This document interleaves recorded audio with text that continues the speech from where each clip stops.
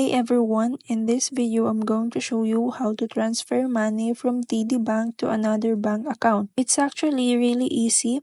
So in this video I'm going to show you how to do it step by step. So let's get started. So first, log into your TD Bank online banking account, and once you're in, head over to the section that says transfer or send money. From there, choose external account transfer or transfer to another bank. Select the account you want to transfer your money from. Next, you'll need to enter the recipient's bank details. This includes their account number, routing number, and the name of their bank. And then after that, enter the amount you want to transfer and select the currency. So once everything looks good, go ahead and review the transfer details. So if everything's correct, tap confirm to complete the transaction.